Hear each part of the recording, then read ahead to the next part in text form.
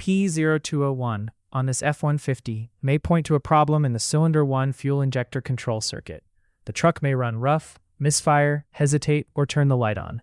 And the broad fault areas can include the injector connection, wiring, circuit supply, or control side, related grounds, or module command control. So approach this as a circuit integrity and control diagnosis first. Keep the concern present if you can, and do not replace modules or other components when the fault is not present during testing. Before getting deep into the injector circuit, start with the basic system checks. Look for anything obvious that matches the customer concern. Check any available OASIS or TSB information, and look closely at previous repairs because an incorrectly completed repair can create the concern you are chasing now. Make sure the battery and charging system are working correctly, and verify the battery SOC is greater than 70% before beginning diagnostics. Then scan all network modules. If other codes are present, use them to decide where to start, and handle circuit-related codes before performance-type codes. If several circuit faults show up together, think common power or ground rather than treating every code as a separate failure. After that, inspect the harnesses for damage, chafing, and routing.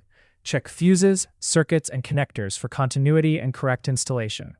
Confirm components are connected, and do the basic engine side checks around intake and vacuum leaks, hose condition, fuel quality and fuel system damage, coolant and oil condition, and exhaust restrictions or damage. When you start electrical testing, protect the connector terminals.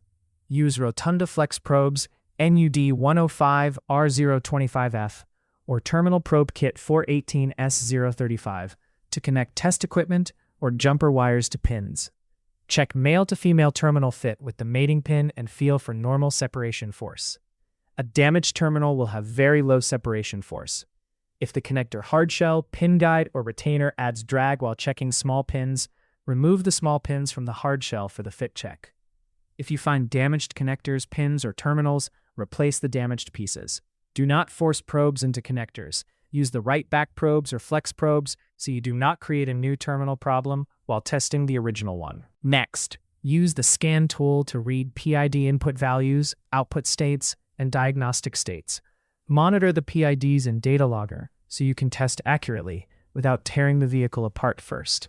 Make sure you understand how the module function is supposed to work, and confirm programmable parameters are set correctly for the function you are testing. If another DTC is steering the diagnosis, resolve that DTC first using the proper diagnostic path. Then test the inputs, both hardwired and networked, and test the outputs. Check for module software updates. If you use output state control to activate a component, and the module output behaves normally, that points you back toward analyzing the inputs instead of blaming the module. Do not apply power or ground directly to module-switched components with jumper wires unless the test specifically calls for it, because that can damage the component. Unnecessary module replacement comes from weak testing, so prove the circuit before making a call. For power-providing circuits, do not trust an unloaded voltage check to find resistance. Measuring voltage with the intended load disconnected may only identify opens, and it can miss excessive resistance. For circuits carrying approximately 200 to 1000 milliamperes, load the circuit with a 250 to 350 milliampere test light and measure voltage with the DMM while the test light is connected. For conductor sizes 24 gauge, 0.5 millimeters or smaller, which generally carry approximately 1000 milliamperes, 1 ampere or less, a 250 to 350 milliampere test light is appropriate. Conductor sizes 20 gauge, 0.8 millimeters, or larger are generally used to carry 1 ampere, 1000 milliamperes or more. If the circuit carries more than 1 ampere, load it with a device that requires similar current, such as a brake light bulb. A drop in voltage during loading points to excessive circuit resistance. For higher current circuits, use voltage drop because it is the more accurate method. On ground circuits, measure voltage drop while the component is operating or attempting to operate. Use an ohm meter only with the battery disconnected, because voltage present in the circuit can corrupt the reading. A standard DMM ohm meter's low resistance resolution, approximately 0.1 ohm, limits its accurate use to circuits carrying less than approximately 5 amperes.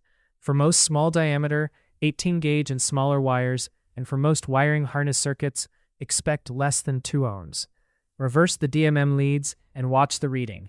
If the resistance changes unless there is a semiconductor in that circuit, the test result is not valid. To check for unintended continuity to ground or to another unpowered circuit, disconnect both ends and expect resistance greater than 10,000 ohms. To check for unintended continuity to a powered circuit, disconnect both ends, turn ignition run power on, and expect no voltage from the suspect circuit to ground. Back probing is only for tests that need the circuit checked under real operating conditions, especially voltage drop work. It is not the right choice for a single-point voltage check, where 0 volts is possible. And it is not the right choice for ohm meter continuity or open circuit testing between 2 points. In those cases, disconnect and isolate the circuit, then test it normally. When back probing for voltage drop, all voltage drop tests will show some voltage. Expect less than 5% of circuit operating voltage. A 0-volt result can mean wrong test conditions, no current flow, or a poor back probe connection. When using jumper wires, always use fuse jumpers. The recommended universal testing jumper wire fuse is 5 amperes or less, unless the load requires a larger fuse. Use flex probes or equivalent to protect terminals, but remember flex probes are not intended to carry high current greater than 5 amperes. Follow the jumper wire test directions carefully, so you do not damage a component or harness. Also, do not repair a circuit by adding a new wire in parallel with the old one until you understand why the circuit failed. Find the fault and repair the root cause and any adjacent damaged wiring. For a voltage drop measurement, connect the voltmeter at the beginning and end of the suspect circuit, make sure the circuit is operating or attempting to operate, and connect the meter leads following conventional current flow. A 0-volt reading means bad meter connections or the component is not turned on. A small voltage drop is normal. In 12-volt circuits, it is usually less than 0.5 volts, with less than 5% of circuit operating voltage expected. Greater than 0.5 volts indicates abnormal voltage loss from high resistance in wiring or connectors. For a voltage in, voltage out check, connect the negative meter lead to ground or battery negative. Keep the circuit operating or attempting to operate. Then measure the power side and ground side of the load.